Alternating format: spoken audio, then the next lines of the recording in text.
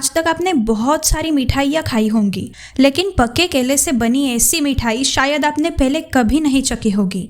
मिठाई पूरी तरह नेचुरल है, इसमें एक दाना भी चीनी इस्तेमाल नहीं हुआ है।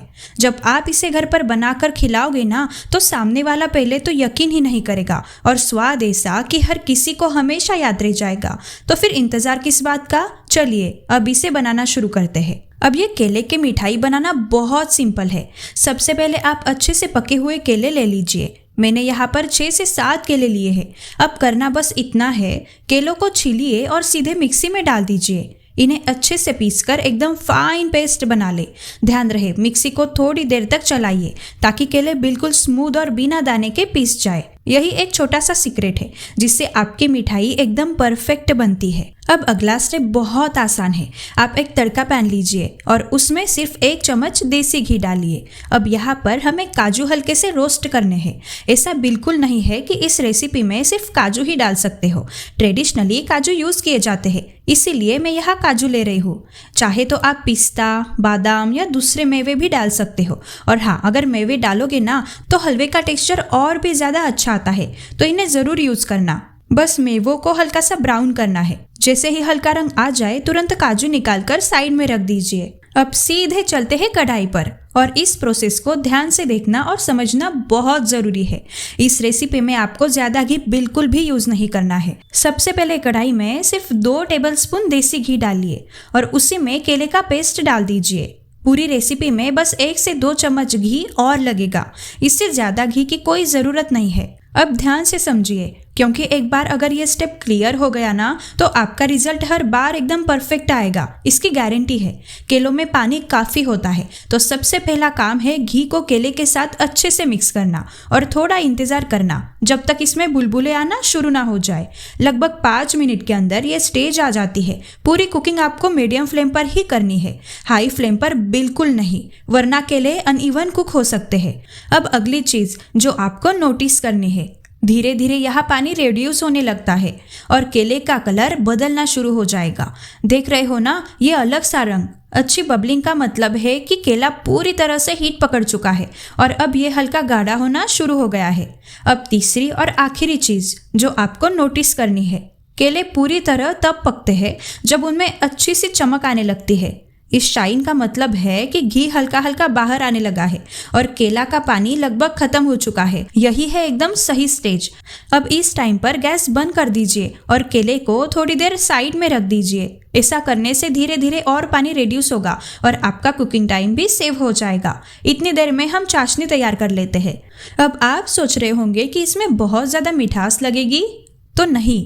आधा किलो केले के लिए आपको सिर्फ 200 से 250 ग्राम गुड़ चाहिए, ना ज़्यादा ना कम। गुड़ को पिघलाने के लिए सिर्फ 2 चम्मच पानी डालिए और गुड़ को थोड़ा थोड़ा तोड़कर डाल दीजिए। चाहे तो आप यहाँ 100% चीनी भी यूज़ कर सकते हो, लेकिन सच कहूँ तो ये रेसिपी गुड़ के साथ ही सबसे ज़्यादा टेस्टी लगती है।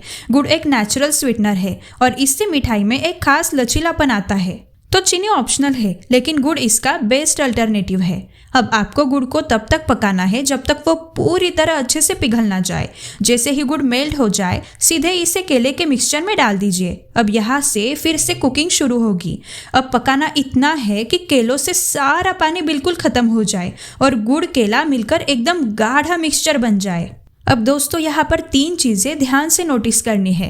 सबसे पहली देखिए, शुरुआत में ये मिक्सचर काफ़ी पतला होगा और खूब बहेगा, ये बिल्कुल नॉर्मल है। अब गैस को फिर से मीडियम फ्लेम पर ऑन कर दीजिए और अच्छे से पकाते रहिए। लगभग 5 मिनट के अंदर ये अपने आप गाढ़ा होने लगेगा। अब जो बुलबुले आएंगे ना, वो छोटे नहीं बल्कि बड़े, मोटे और ठीक होंगे। यही सबसे ज़रूरी साइन है। बस याद रखना, बड़े बड़े मोटे बुलबुले आने चाहिए। जैसे ही ये स्टेज आ जाए, अब इसमें 1 चम्मच देसी घी डाल दीजिए। अब सवाल ये है कि इस स्टेज पर घी क्यों डाल रहे हैं। देखो, जब आप ऐसे धीरे धीरे घी डालते हो तो बेसिकली आप मिक्सचर का टेम्परेचर धीरे धीरे बढ़ा रहे होते हो।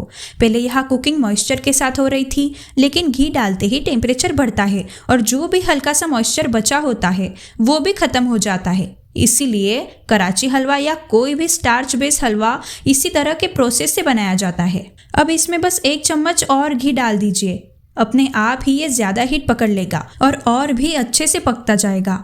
10 से 15 मिनट के अंदर ये इतना गाढ़ा हो जाएगा कि इसकी फ्लो करने की एबिलिटी पूरी तरह बदल जाएगी। अब ध्यान से देखिए, ये अब पानी की तरह पतला बह नहीं रहा, एकदम जुड़कर भारी सा बह रहा है, यानी ये लगभग पकने ही वाला है।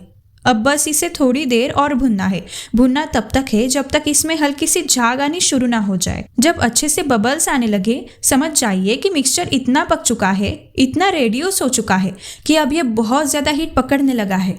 थोड़ी ही देर में ये पूरा मिक्सचर एकदम एकसार हो जाएगा, सब कुछ जुड़ने लगेगा। और देखिए, अब यहाँ सारा पानी पूरी तरह गायब हो चुका है। अगर मैं इसे हल्का सा पलट कर दिखाऊं तो आप देख सकते हो कैसे इसमें झाग सी बन रही है और कितनी ज़्यादा हीट पकड़ी हुई है। अब जब इसे मिलाते हैं ना, तो ये एक ही तरफ इकट्ठा हो रहा है, अलग अलग नहीं टूटता, पूरा का पूरा जुड़ा हुआ रहता है।